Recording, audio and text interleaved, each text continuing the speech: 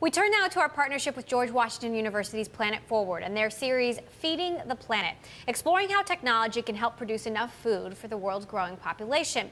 Today, we highlight an innovation that can provide a simple way for people to get clean water in developing countries. Planet Forward host Frank Sesno joins us now from Washington. Frank? Well, hi, Emily. Well, water, as we know, is essential to life, but in so many parts of the world, as you said, it's either not available or it's horribly dirty and not something that people can drink. So a research team from Columbia University, the Modi research team, has been looking at marrying smart cards, smart payment cards, and some high tech to a very basic problem. And for the head of that research team, Matt Berg, it's all about the mission.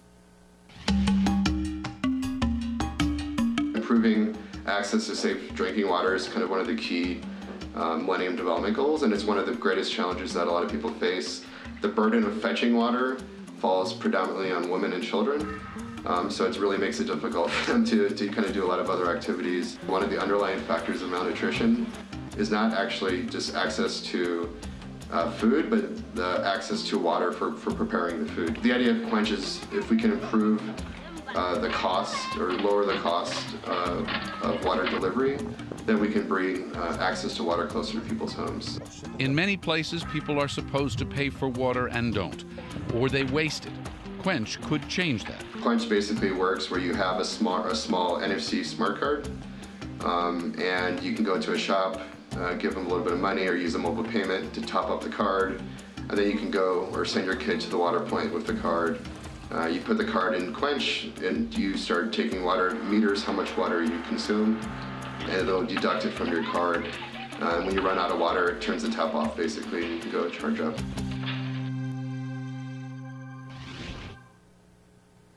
So, Emily, this is bringing a high-tech solution to a very basic problem and issue. The prototype models are in testing now. They hope to start the first usage of these things in two very different places, in Nairobi, which is a very dense urban environment, and in a rural community in Uganda. So very ambitious plans for a very big problem. Frank, how much cleaner is this water than what would normally be available in some of these places? Well, the main thing is by being able to target the device in an area where the water source is known to be clean. That's the first thing you saw in that video there. And our team, our Planet Forward team, went to Africa this past summer, and they met Matt Berg, and they saw this up close. A lot of places there are unauthorized pumps and water that's being pumped right out of dirty places. So first thing is you can actually deliberately place this. Second, they're working on a purification system that could marry up with this technology. That adds additional costs, so more barriers, but it's something they hope to do down in the future. So it's not only a distribution center, but it's also a purification process. And are there any other hurdles holding this technology up? Yeah, absolutely. The efficiency in trying to get the distribution of those payment cards to people, how does that happen in some places where you can't always take that kind of thing happening efficiently and well for granted?